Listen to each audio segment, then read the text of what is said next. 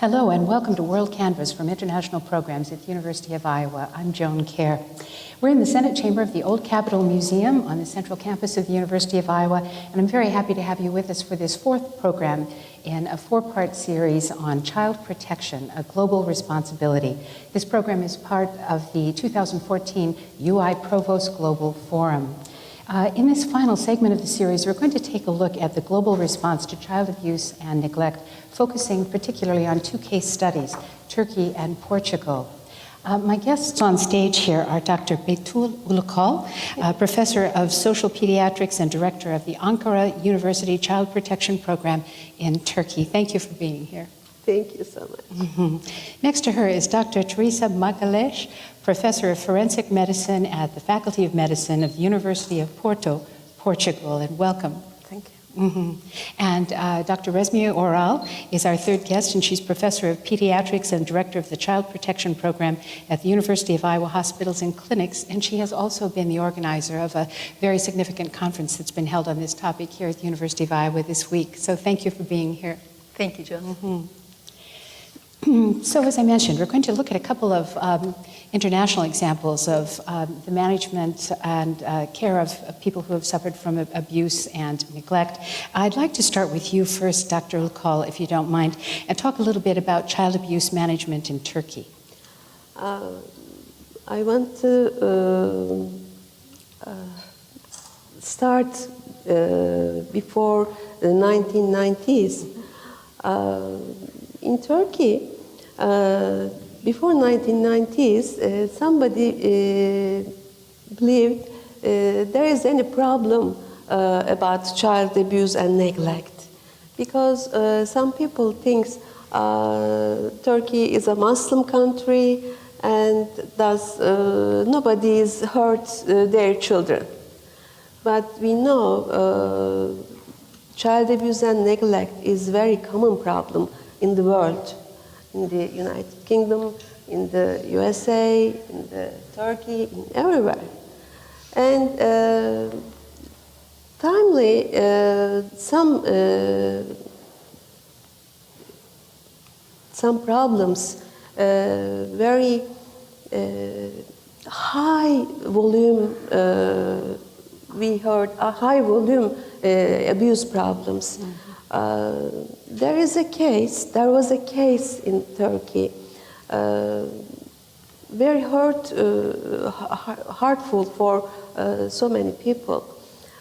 In Turkey, there was a journalist. He abused a young girl, and then this news is very commonly other people's is very hurtful problem, and then some research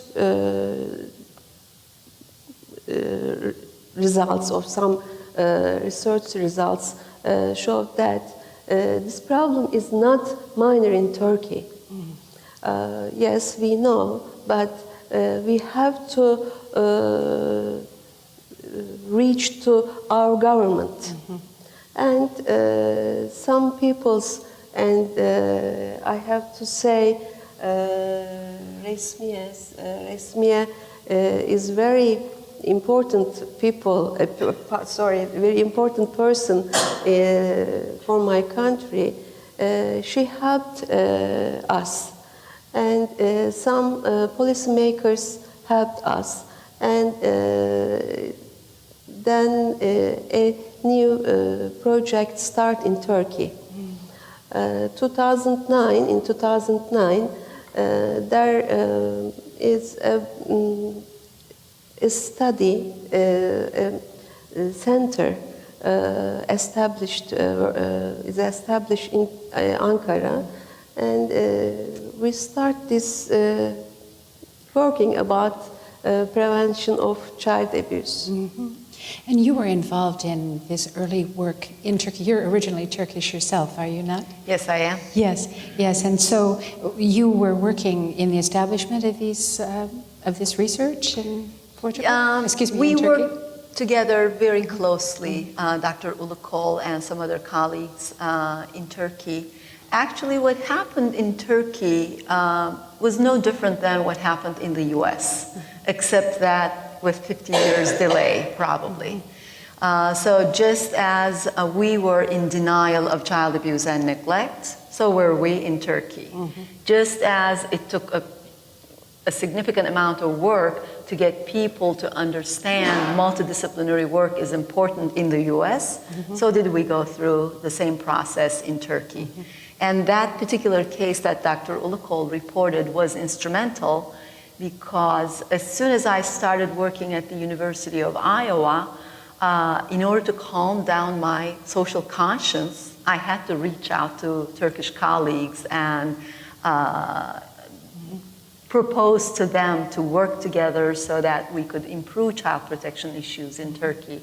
And Betul was one of the instrumental individuals to hold my hand, and a couple other friends. And eventually we established a huge, big collaboration in Turkey, did a lot of training together. And I have to give credit to my department as well. They have always given me 2 weeks of academic time to be able to do all those trainings in Turkey, which I'm very grateful for. International programs supported my work every single year.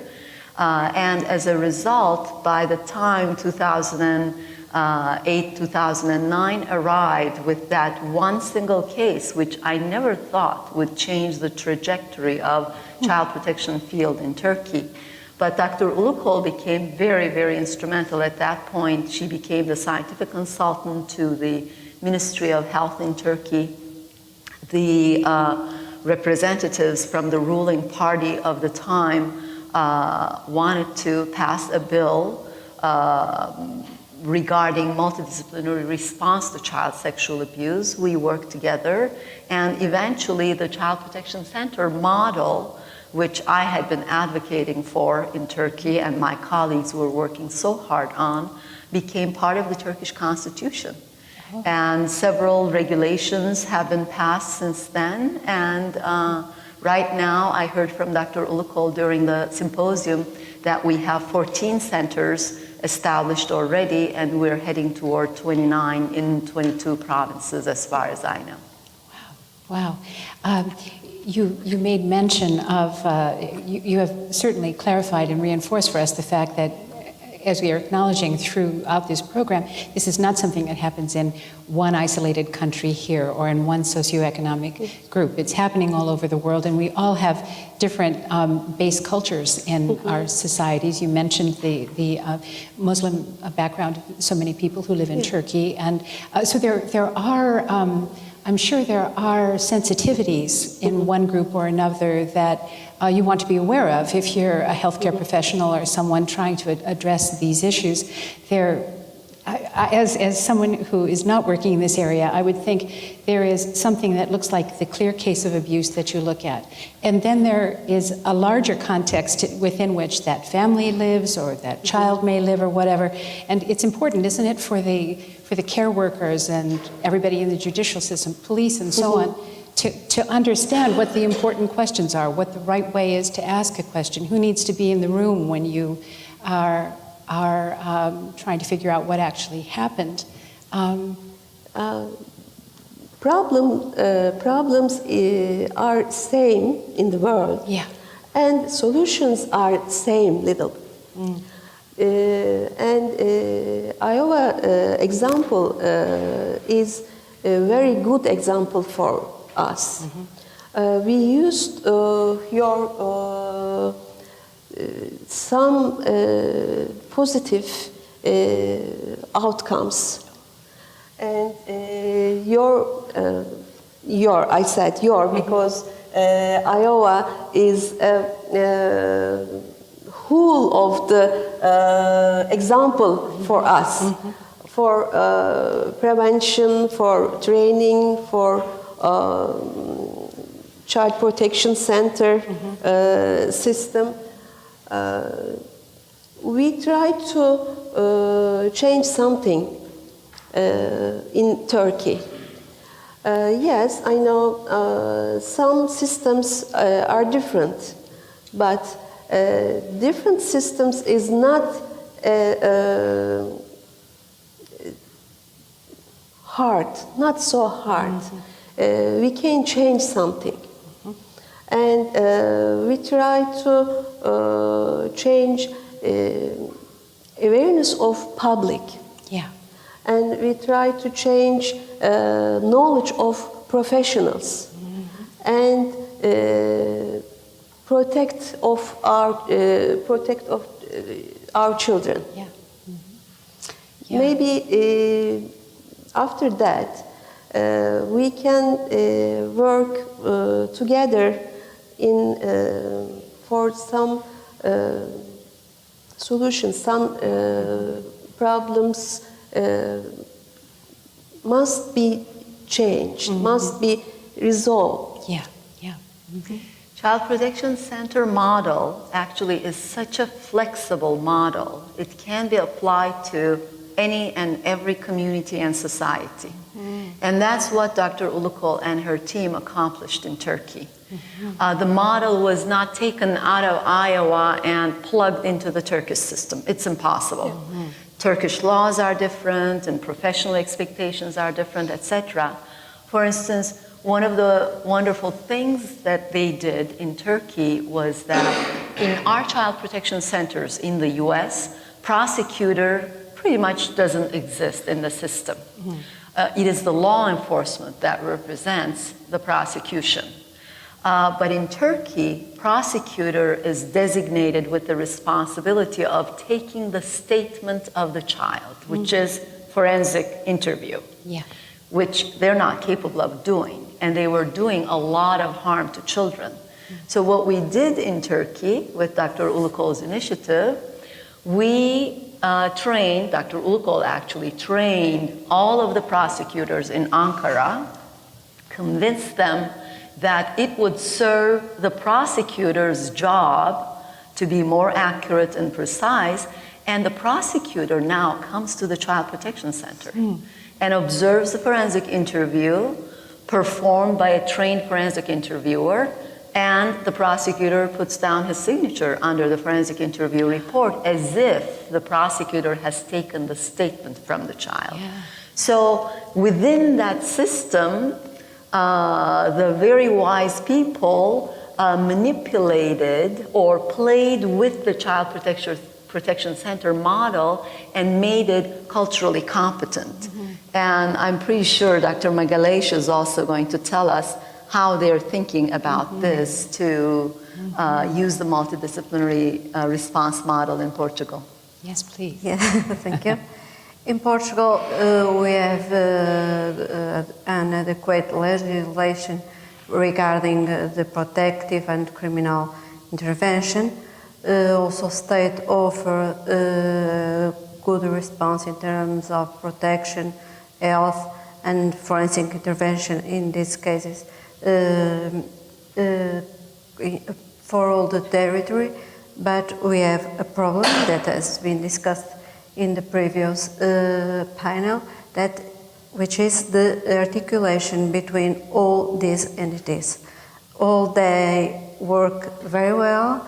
They give good responses for the needs of children, but the articulation it's very difficult.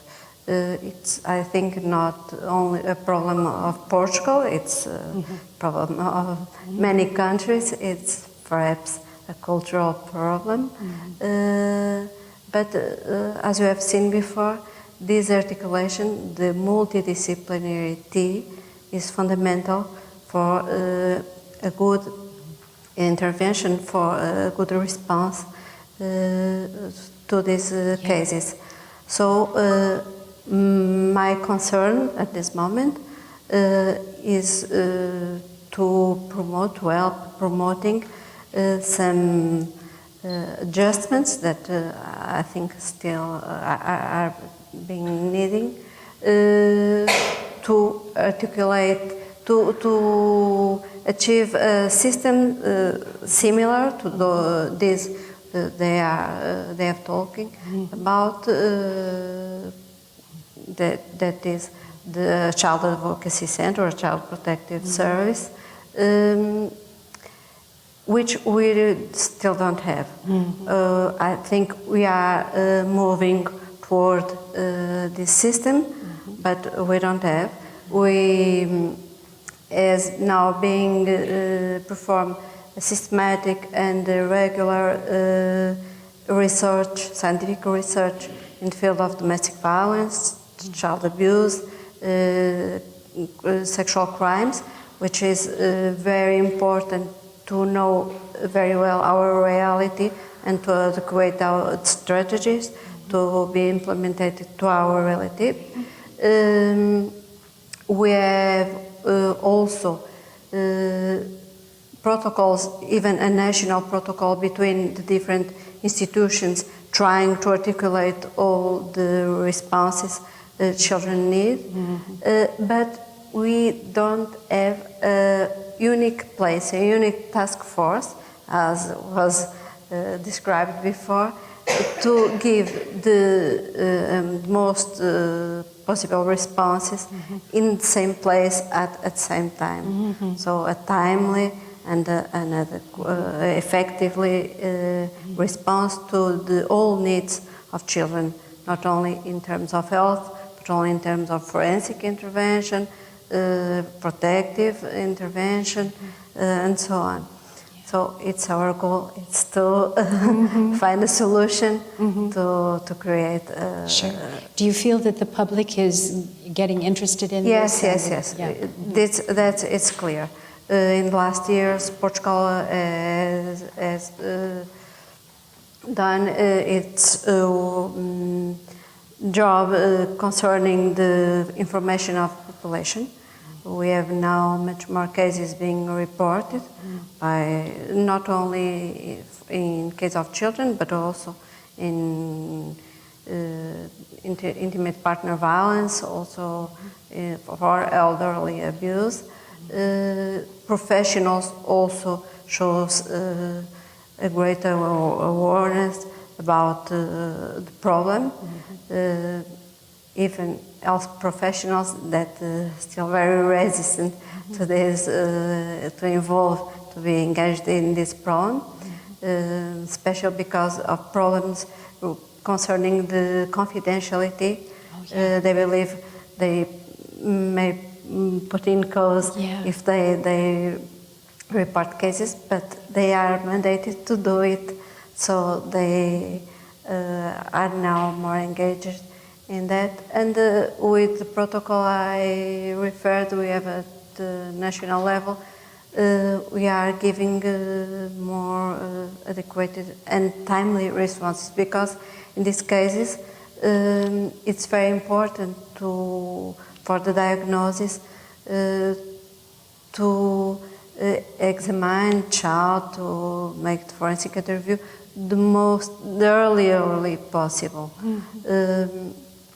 to avoid losing evidence, to avoid the contamination of the testimony of the child, and the articulation is also important to avoid secondary victimization, to increase the trauma of the child.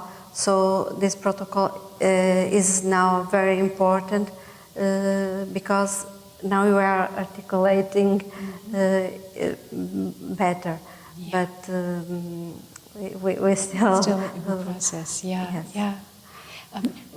Thank you very much for sharing the situation there in Portugal, and it does sound promising, even though I know that you're not entirely happy with where you are right now. As you look to other countries around the world, Resmiye, with what you know of Latin America, other countries with which you've collaborated on research, or people you've met, do you find that basically in most countries around the world, at least the medical professionals are aware that these adverse childhood experiences and different kinds of abuse and neglect and so on have to be addressed quickly and with some sort of comprehensive way? Do you feel that within medicine this is the way doctors are thinking about this issue now? It is getting there, I must say. Obviously, in the US and in the United Kingdom, this awareness started much early on. And perhaps culture in these two countries also allowed taboos to be eliminated a little bit faster. And more work has been done in these two countries, especially perhaps also in Canada, Australia, New Zealand type of countries. But a lot of countries still do not have a structured child protection response system, especially involving multidisciplinary response. Believe it or not, most European countries do not have a system similar to the Child Protection Center model yet. Although they have all kinds of good laws and everything else, but just like doing bench research and translating it into clinical practice, laws also have to be translated into practice within the community and society. So that I cannot say is at the place that all aware professionals would like to see. But I must say, and that's one of the good things that we did in Turkey, medical field always has been the most sensitive professional field to recognize child abuse and neglect, its importance, and adverse childhood experiences, because we work with human material. And we understand that much faster once the resources are given to us in terms of education. That's what we did in Turkey. First, the medical field was educated, and then they grasped the problem and they started running with it and carried social services, psychology, and law enforcement, prosecution, etc., behind them. So they became the leaders. The same thing I have been observing in Portugal, especially forensic medicine field, is extremely sensitive to the situation. And they have led the society to a significant extent. And Dr. Magalhaes, of course, is very humble, but she is such a prolific scholar and productive academic. She publishes paper after paper, which all modify what's happening in the country. I'm pretty sure in Portugal there will be a lot of things happening within the next few years. I have visited some Central American countries. Child abuse is a huge, big issue in those countries as well. And we have had opportunity to communicate with our Colombian colleagues during the forum this time, and we're learning from them about the scope of the problem. But in a lot of countries where the culture is a little bit more conservative, these things are tended to be pushed under the rug because in that particular culture there's the shame and there's the embarrassment and secrecy, all those things. But you know, those taboos are being cleared out of the way. I can't believe that Turkey has come this far, only in a decade, with all the conservatism in the country. There is tons more work that we need to do, of course. We all recognize it, but I think we're going in the right direction. Well, thank you all so much for telling us about your own experience, and we hope for all good things in the future. You've been listening to the final installment in a 4-part series on child abuse and neglect, child protection. I'm immensely grateful to Dr. Resmiye Oral for helping us put together such interesting panels and sort of pack one extra event onto her symposium this week. All WorldCanvass programming can be found on YouTube, iTunes, UITV, and at the International Programs website. So I hope you'll check that out, international.uiowa.edu. Thank you all for being with us here in this room, or for watching, or for listening. And please join us for the next WorldCanvass program, where we bring together the Crossroads Project with the Fry Street Quartet. It's a very interesting program, I think, on sustainability, climate change, what we can do to protect our world, and a combination of scientific and artistic endeavors and whatnot. I think it'll be a lot of fun. So join us for that if you can. For UI International Programs, I'm Joan Kjaer, and we'll see you next time. Good night.